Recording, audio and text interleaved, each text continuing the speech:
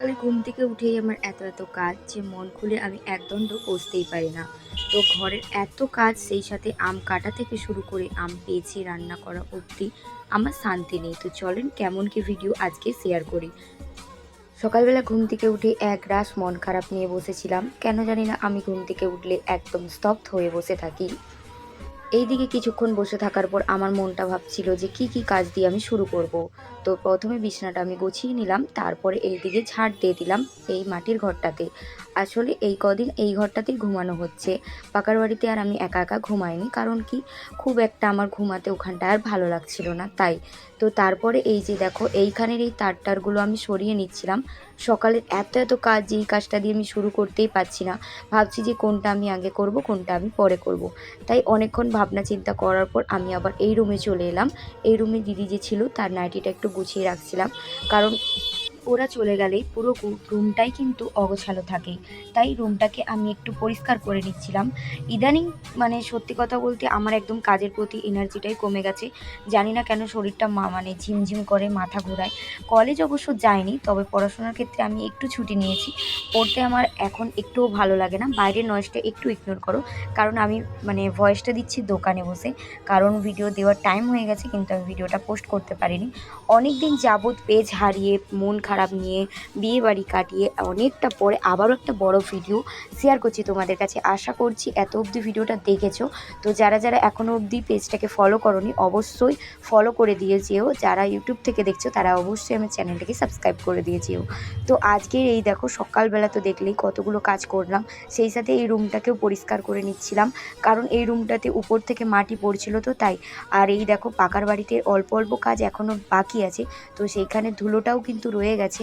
এই ধুলোটাকে পরিষ্কার করতে হলে একদিনের মোছাতে আর যাবে না, তাই ভাবলাম আমি একটু ঝাঁটটাই দিয়ে দিই। এরপরে আমি বাইরে চলে এসেছি। বাইরেও একটু ঝাঁটপাট দিয়ে ঘরটাকে পুরো পরিষ্কার করে নেব। আর এই তো বাড়ির কাজটাও কিন্তু আমাদের অর্ধেকটা হয়েছে। আজ কিন্তু মিস্ত্রি লাগেনি। তো যা করছি আমরা নিজেরাই করছি। এইদিকে বাপির শরীরটা একটু খারাপ, তাই ভাবলাম যে চলো, বাপির শরীর খারাপ তাই মা থাকুক, মা আটকে গেছে। তো আমি বাকি কাজগুলো করে নিই টুকটুক করে। আর এই তো বাড়ির একটা কাজ নয়, 10টা কাজের মধ্যে দিয়েও নিজেকে একটু টাইম বার করাতে হয়। তো সত্যি কথা বলতে আমি নিজের প্রতি একটুও টাইম দিতে পারি না। কেন জানি না, নিজেকে একটু মানে উইক ফিল হচ্ছে। মানে সত্যি কথা বলতে আমি মানে এতটাও রোগা ছিলাম না, যতটা রোগা আরও হয়ে গেছি।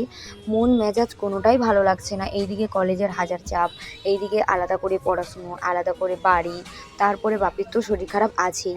সেই সাথে আমার নিজেরও টেনশান। কি করব, এতগুলো জিনিস সামলাতে না মানে আর হয়ে দিচ্ছে না, শরীর তাক দিচ্ছে না। যাই হোক, একটু ইগনোর করো বাইরে, মানে একটু নয়েজটায় মানে রাস্তার ধারে বাড়ি তো তো বারবার যাবেই আসবেই, সেটা আর বলার না। এই তো বাসন কুসনগুলো এবারে ধুয়ে নেব। বাকি টুকটাক কাজ আছে যেগুলো ক্যামেরা অফ ক্যামেরাতে করে নিয়েছি। আর এরপরে আরও অনেক কাজ আছে, যেটা আমি পার্ট করে সেকেন্ড পার্টে আবার তোমাদেরকে দেখাবো। তো অনেক দিন পরেই সত্যি কথা বলতে মনটাও সাথ দিল যে কাজটা করে নিই। কাজ ফেলিয়ে রাখলে তো আর হবে না। তো আমার কাজ আমাকেই করতে হবে, যেহেতু মা করে নেবে তাও আমি যতটা পারি হেল্প করি, কারণ ধানের কাজটা তো অনেকটাই না। তো ধানের কাজ যেহেতু আমি করতে পারি না, তো বাড়ির কাজটা আমি করতে পারি, তো আমি করেই নিই। তাই জন্যে ভাবলাম যে চলো এই গ্যাসের নিচটা, এই পাকার রান্নাঘরটা আর কি অনেক দিন ধরে পরিষ্কার করব ভাবছিলাম।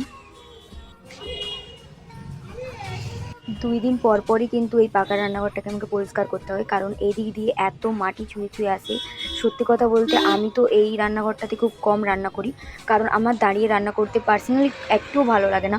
মা কিন্তু আবার দাঁড়িয়ে রান্না করতে ভালোবাসে, তাই মা এই জায়গাটাতে রান্না করে।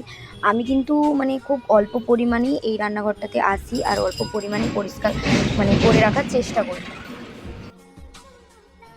আর এই তো মেঝেটাকে আমি জল দিয়ে সুন্দর করে ধুয়ে নিচ্ছি, যাতে মেঝেটাতে কোনো কাদা আর বালি না লেগে থাকে, কারণ কাদা।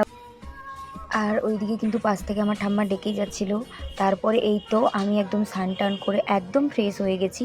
এইবারে যেন একটু শান্তি পেলাম, সারাদিন কাজবাজ করে শরীর আর সাথ দিচ্ছে না। তো তাই ভাবলাম এক কাপ চাটাই করে নেওয়া যাক। তো পরের পার্টে আসছে কি রান্না করছি না করছি। আজকের ভিডিও এইটুকুই। রাধে রাধে, টাটা।